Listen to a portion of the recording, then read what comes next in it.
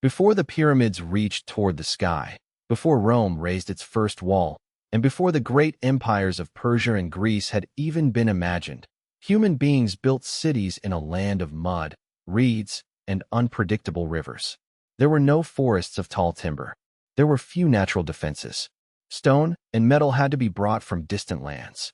Summer heat scorched the earth, and the rivers that gave life could change course without warning, drowning one settlement while leaving another to die of thirst.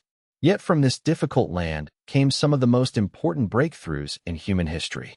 The city, writing, the written law, the organized state, the empire, the library, and perhaps the oldest surviving story of a man who feared death. This was Mesopotamia, the land between the Tigris and Euphrates Rivers. It was a place where kings claimed that the gods had chosen them, where armies destroyed cities in the name of order, and where scribes pressed words into wet clay so their voices could outlive the civilizations that created them. But the story of Mesopotamia is not simply the story of the first cities. It is the story of what happened after human beings gathered behind walls, created governments, divided themselves into classes, and discovered that civilization could produce extraordinary beauty and terrifying power at the same time. And by the time the people of Mesopotamia understood the price of the world they had built, there was no way to return to the villages that came before it. The name Mesopotamia comes from Greek words meaning the land between rivers. Its heart lay mostly in modern Iraq, though its wider cultural world stretched into parts of Syria, Turkey, and Iran. The Tigris and Euphrates began far to the north, then flowed across broad plains toward the Persian Gulf. For thousands of years, they carried water and fertile silt into a region where rainfall was often too limited for dependable farming. The rivers made agriculture possible, but they did not make it easy. Their floods could be violent and irregular. Channels shifted, banks broke, fields became waterlogged or covered in salt. A farmer could work for months and still lose everything because a canal failed at the wrong moment. To survive, communities had to cooperate on a scale that small villages had rarely attempted before. They dug canals across the plain. They raised embankments. They cleared silt from waterways and organized the distribution of water. Someone had to decide where the canals would go. Someone had to measure fields, store grain, settle disputes, and command labor. The environment did not automatically create civilization, but it rewarded organization. And organization created power. By the 6th and 5th millennia before the Common Era, communities in southern Mesopotamia were building permanent settlements from mud brick. They cultivated barley, raised sheep and goats, harvested dates, caught fish, and used the reeds of the marshes for baskets, roofs, mats, and boats. One of the oldest sacred settlements was Eridu. Later Mesopotamian tradition remembered Eridu as the first city, the place where kingship descended from heaven. Archaeology reveals something less mythical, but still remarkable. Generation after generation rebuilt a temple on the same sacred ground. Each new building stood over the remains of the last, slowly raising the sanctuary above the surrounding settlement. The temple belonged to Enki, the god of fresh water, wisdom, and craft. To the people of the dry southern plain, fresh water was more than a resource. It was life, order, and divine favor. But Eridu was only the beginning. During the 4th millennium before the Common Era, settlements across the south grew larger. Trade expanded. Workshops multiplied. Temples controlled more land and labor. Human beings began living together in numbers that would have been unimaginable to their ancestors. And one city rose above them all. Uruk. By around 3500 to 3200 before the Common Era, Uruk had become one of the first true cities in world history. Tens of thousands of people may have lived within its enormous urban area. From the plain, travelers would have seen walls, crowded neighborhoods, temple platforms, workshops, canals, storehouses, and fields stretching beyond the city. Uruk was not simply a large village. It was a new kind of human world. Most people no longer knew everyone around them. Farmers supported craftsmen they would never meet. Administrators counted grain produced by distant workers. Priests managed offerings for gods whose temples dominated the skyline. Merchants arranged the movement of timber, stone, copper, silver, and luxury goods across hundreds or even thousands of miles. The city depended on systems, and those systems created a problem. Memory was no longer enough. A small village might remember who owed grain to whom. A great city could not. Uruk's institutions managed fields, flocks, workers, deliveries, rations, and trade. Administrators needed a way to record numbers and goods beyond the limits of the human mind. So they began making marks in clay. The earliest tablets were not poems or heroic stories. They were accounts, measures of barley, numbers of sheep, jars of oil, workers receiving rations. The first known writing emerged from the practical needs of administration. At first, many signs resembled the objects they represented. Over time, scribes turned them into increasingly abstract wedge-shaped impressions made with reed styluses.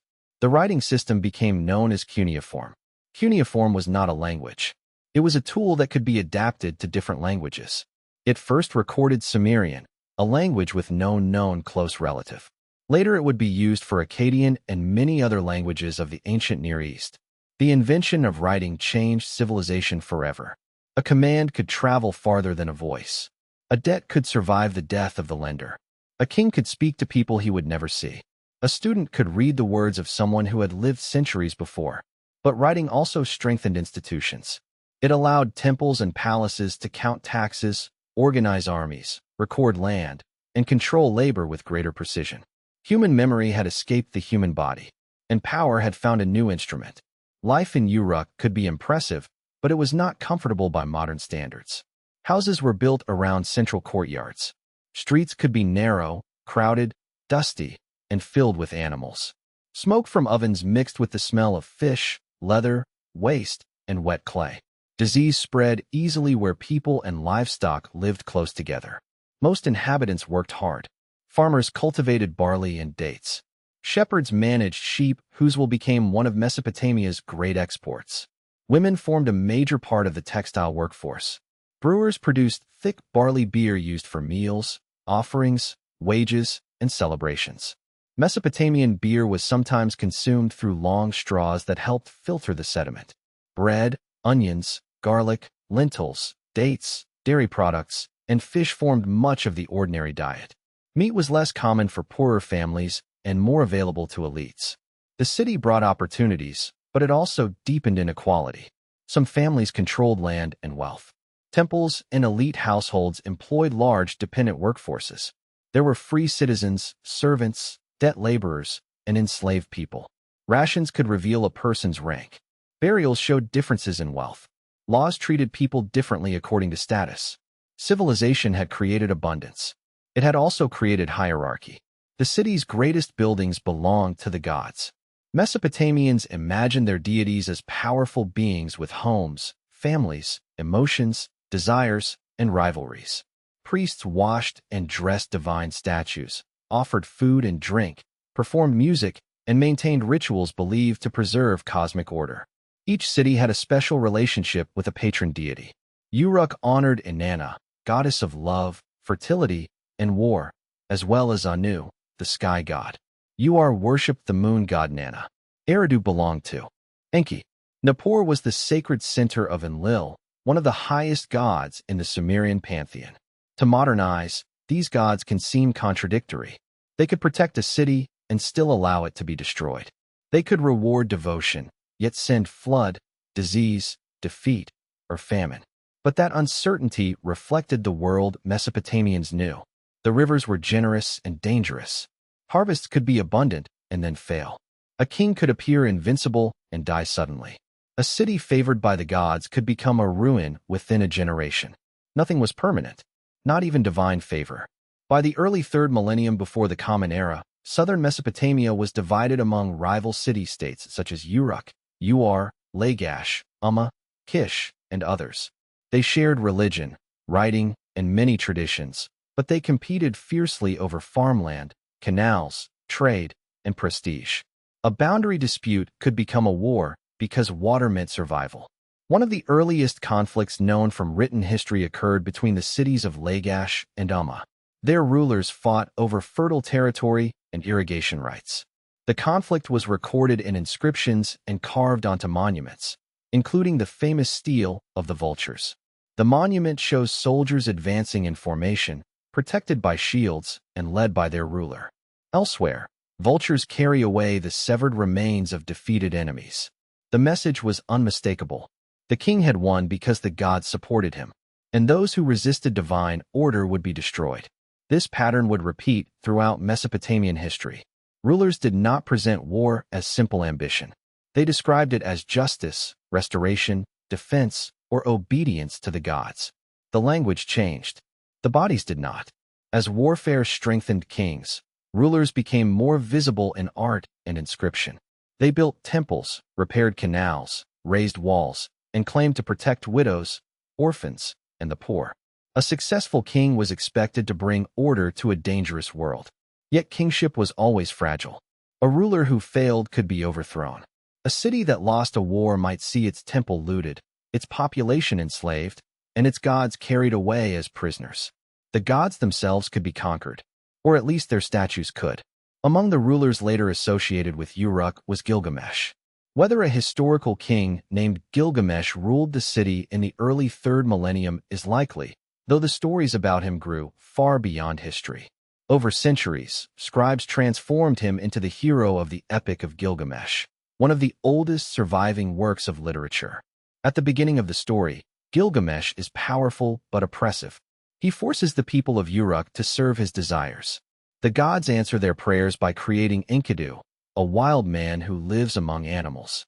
Enkidu enters the human world, confronts Gilgamesh, and becomes his closest friend. Together, they seek fame. They journey to the cedar forest and kill its guardian, Humbaba. They reject and insult the goddess Ishtar. They defeat the bull of heaven. But their victories bring consequences. The gods decree that Enkidu must die.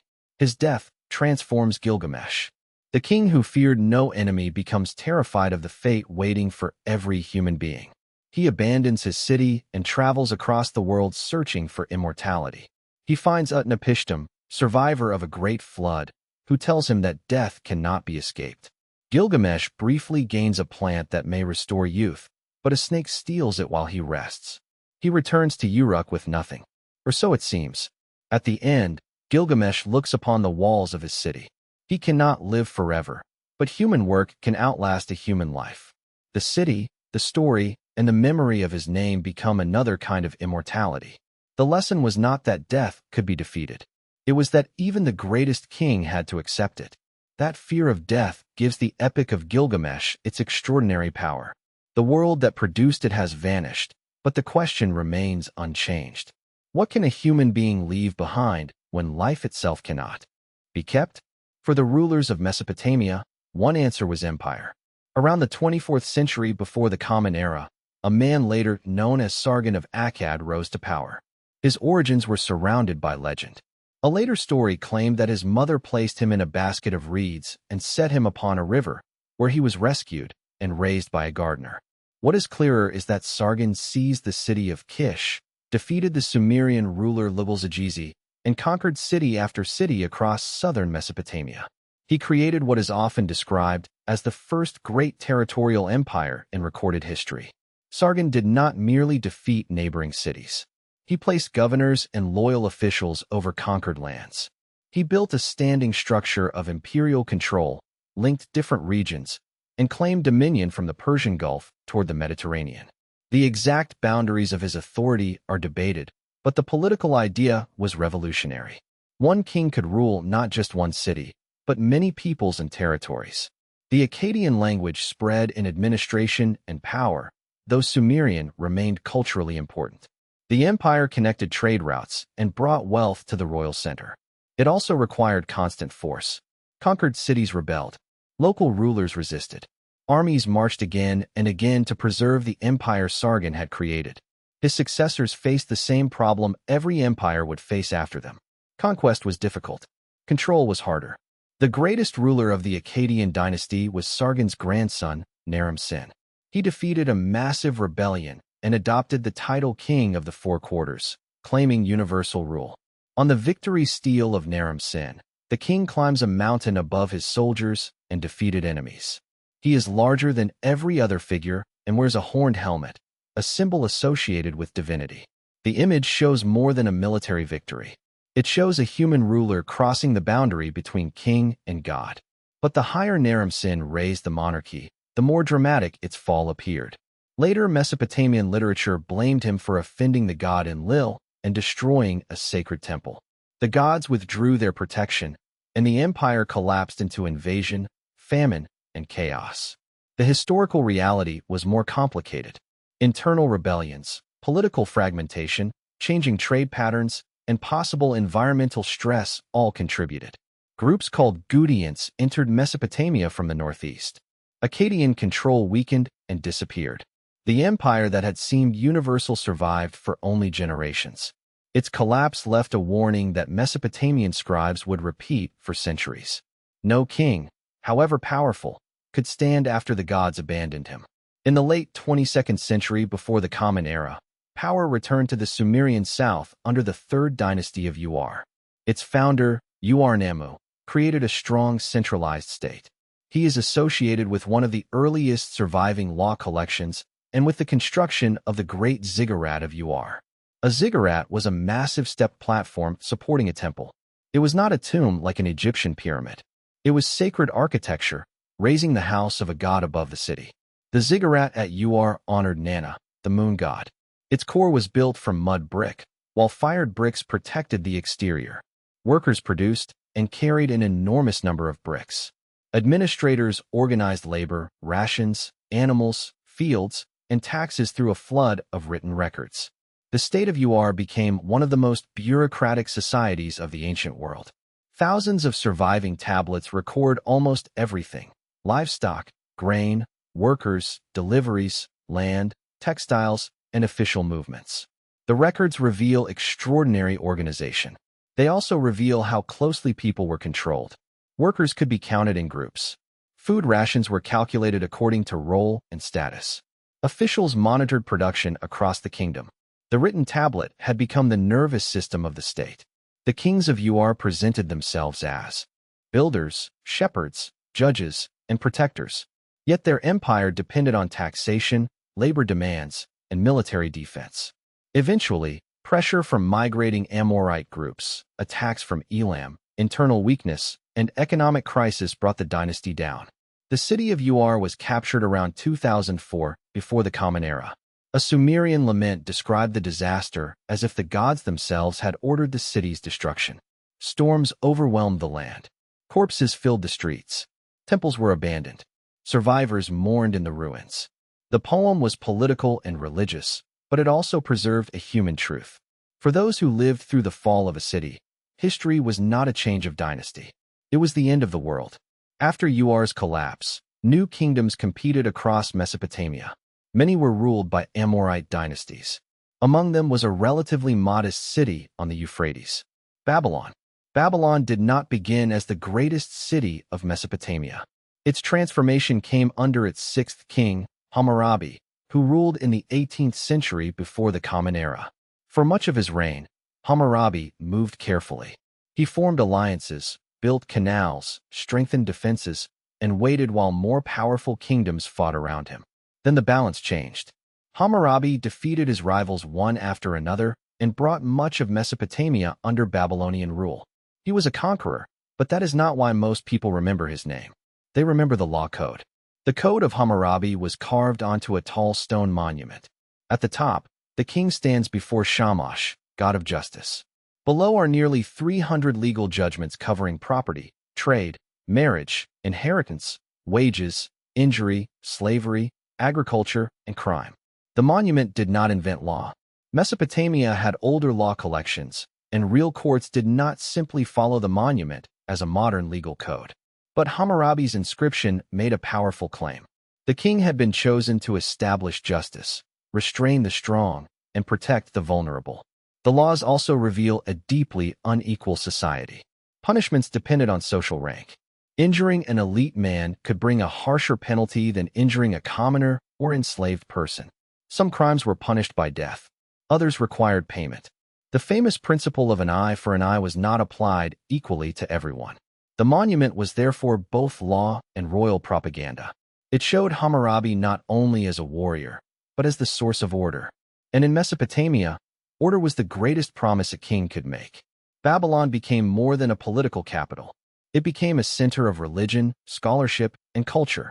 Its patron god, Marduk, rose in importance until Babylonian tradition placed him at the head of the divine order. In the creation epic known as Enuma Elish, Marduk defeats the primeval sea goddess Tiamat, creates the world from her body, and receives kingship over the gods. The story reflected Babylon's own rise. As the city became supreme on earth, its god became supreme in heaven. But Hammurabi's empire did not remain united for long after his death. Successors lost territory. New powers emerged. Mesopotamia entered another age of competition. Far to the north, the city of Ashur was developing a different path to power. Early Assyria was not yet the military machine remembered by history. During the early second millennium before the Common Era, Assyrian merchants created long-distance trading networks linking northern Mesopotamia with Anatolia. Thousands of clay tablets discovered at the trading colony of Kanesh reveal merchants writing to partners and family members about silver, textiles, taxes, debts, transport, and risk. These letters make the ancient world feel unexpectedly familiar. Businessmen complained about delayed shipments. Relatives argued over money. Wives managed households and textile production. Traders worried about dishonest partners and dangerous roads. Empire had not yet arrived, but the networks that would support it were forming. Over centuries, Assyria expanded and contracted. Then, beginning in the first millennium before the Common Era, Assyrian kings created the most powerful military state the Near East had yet seen. The Neo-Assyrian Empire was built through organization, engineering, terror, and relentless warfare. Assyrian armies used infantry, archers, cavalry, and chariots. They developed siege techniques capable of breaking fortified cities. Their reliefs show battering rams attacking walls, soldiers crossing rivers on inflated animal skins, and engineers cutting through defenses. The empire improved roads and communication. Royal messengers moved quickly between provincial centers. Governors collected tribute. Deportations relocated conquered populations across enormous distances. These mass movements were brutal, but they were not random. Assyrian kings used deportation to punish rebellion, weaken local identity, and move skilled workers where the empire needed them. The policy reshaped the population of the Near East. Assyrian royal inscriptions described violence in deliberate detail. Kings claimed to burn cities, impale rebels, display heads, and crush enemies without mercy. Some of this language was propaganda intended to frighten opponents into surrender. But the violence was real. Terror was part of imperial administration. If a city surrendered and paid tribute, it might survive. If it rebelled, its destruction became a lesson for every neighboring kingdom. Under rulers such as Ashurnasirpal II, Tiglath-Pileser III, Sargon II, Sennacherib, Esarhaddon, and Ashurbanipal, Assyria expanded from the Persian Gulf toward Egypt and the eastern Mediterranean. Its kings built enormous capitals filled with palaces, gardens, temples, and carved stone reliefs. At Nimrud, Ashurnasirpal II celebrated the opening of his palace with a banquet that, according to his inscription, fed tens of thousands of guests. The palace walls displayed the king hunting lions, receiving tribute, and defeating enemies. Winged guardian figures with human heads and the bodies of bulls or lions stood at gateways, combining strength, intelligence, and supernatural protection. These images were designed to overwhelm. A visitor entering an Assyrian palace was not meant to feel equal to the king. He was meant to feel small. Sennacherib later made Nineveh his capital and transformed it with massive walls, canals, parks, and a palace he called a palace without rival. He also destroyed Babylon after repeated rebellions, boasting that he flooded the ruined city with water. Even by Assyrian standards, the destruction shocked the religious imagination of Mesopotamia. Babylon was not merely another rebellious city. It was sacred. Sennacherib's own son later rebuilt it. The empire could destroy almost anything, but it could not escape the power of tradition. Sennacherib's campaign against the kingdom of Judah was carved onto reliefs showing the siege of Lachish. The images depict ramps, archers, captives, and the transfer of spoils. Assyrian records boast that King Hezekiah was trapped in Jerusalem like a bird in a cage.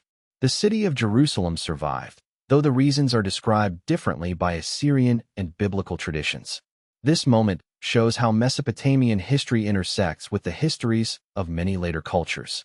Assyria did not exist in isolation. Its conquests shaped the political and religious memory of the entire region. Yet one of Assyria's most famous rulers was also a scholar. Ashurbanipal, who ruled in the 7th century before the Common Era, assembled a great library at Nineveh. His agents collected and copied texts from across Mesopotamia: rituals, medical works, omens, hymns, myths, royal records, dictionaries, and literary compositions. Among the tablets preserved there were versions of the Epic of Gilgamesh. Ashurbanipal's empire was violent, but his library became one of history's greatest acts of preservation. And then, unexpectedly, destruction protected it. When enemies burned Nineveh, the heat baked many clay tablets hard, allowing them to survive beneath the ruins for more than 2,000 years. The palace disappeared. The words remained. Assyria seemed invincible near the height of Ashurbanipal's reign. But after his death, civil conflict weakened the state. Babylonian rebels under Nabopolassar joined forces with the Medes. Assyrian cities fell one after another. In 612 before the Common Era, Nineveh was captured and destroyed. The empire that had terrorized the Near East vanished with astonishing speed. Once again, Mesopotamia delivered the same brutal lesson. Power could grow for centuries and collapse in a few years. From Assyria's ruins emerged a new Babylonian empire. Nabopolassar's son, Nebuchadnezzar II, became its greatest king. He defeated Egypt's forces at Carchemish and extended Babylonian power across much of the Near East. He also transformed Babylon into one of the most magnificent cities of the ancient world. Massive defensive walls surrounded the city.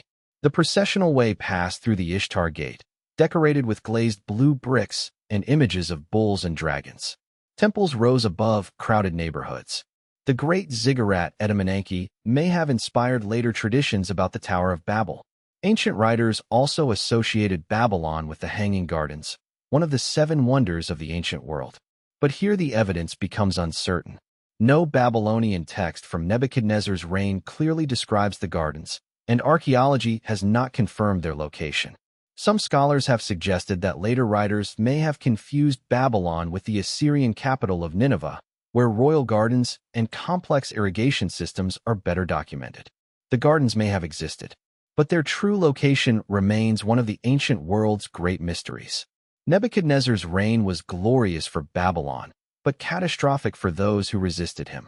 Jerusalem rebelled against Babylonian control. In 586 before the Common Era, Babylonian forces captured the city, destroyed the first temple, and deported part of the population to Babylonia. For the people of Judah, the Babylonian exile became a defining trauma. For Babylon, it was one campaign among many. This contrast reveals a central truth of empire. The victory celebrated in one capital becomes the disaster remembered by another people for thousands of years. Babylonian society beneath the monuments was filled with farmers, merchants, priests, craftspeople, soldiers, laborers, enslaved people, and scribes. Contracts recorded marriages, loans, sales, adoptions, rents, partnerships, and inheritances. Women's rights varied by period and status, but women could in some circumstances own property, conduct business, and appear in legal records. Families arranged marriages, managed dowries, and fought over inheritance much as families have done throughout history. Education for scribes was demanding. Students copied lists of signs, words, proverbs, hymns, and mathematical exercises. Teachers corrected mistakes, and school texts suggest that discipline could be harsh. To become a scribe was to enter a world of knowledge unavailable to most people. Mesopotamian scholars observed the sky with extraordinary care. They recorded the movements of the moon, planets, and stars, often because celestial events were believed to carry messages from the gods. Astronomy and astrology were not separate fields in the modern sense. A lunar eclipse could be treated as a warning for a king. The appearance of a planet could signal war, famine, or political danger. Yet the long tradition of observation produced valuable mathematical astronomy. Babylonian scholars developed methods to predict celestial patterns with impressive accuracy. Their mathematics used a base 60 system.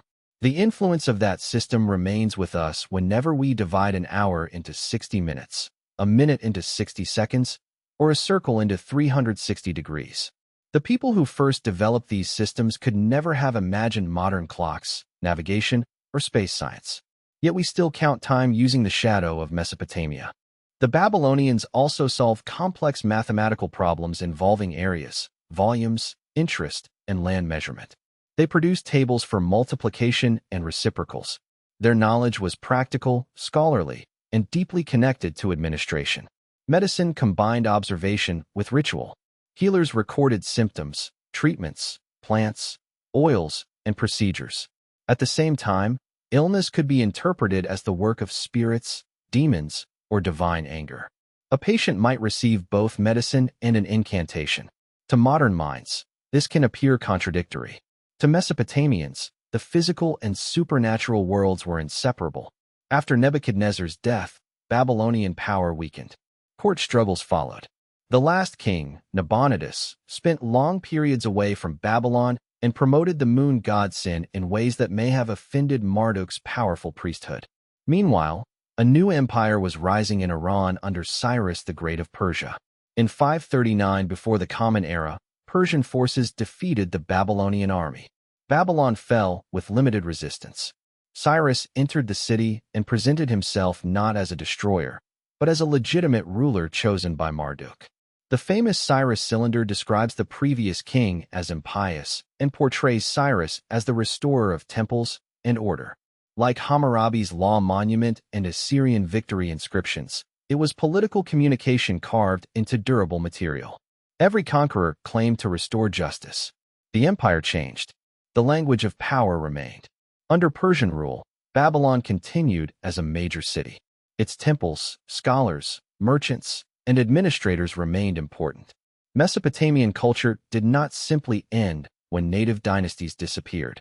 Centuries later, Alexander the Great conquered the Persian Empire and entered Babylon.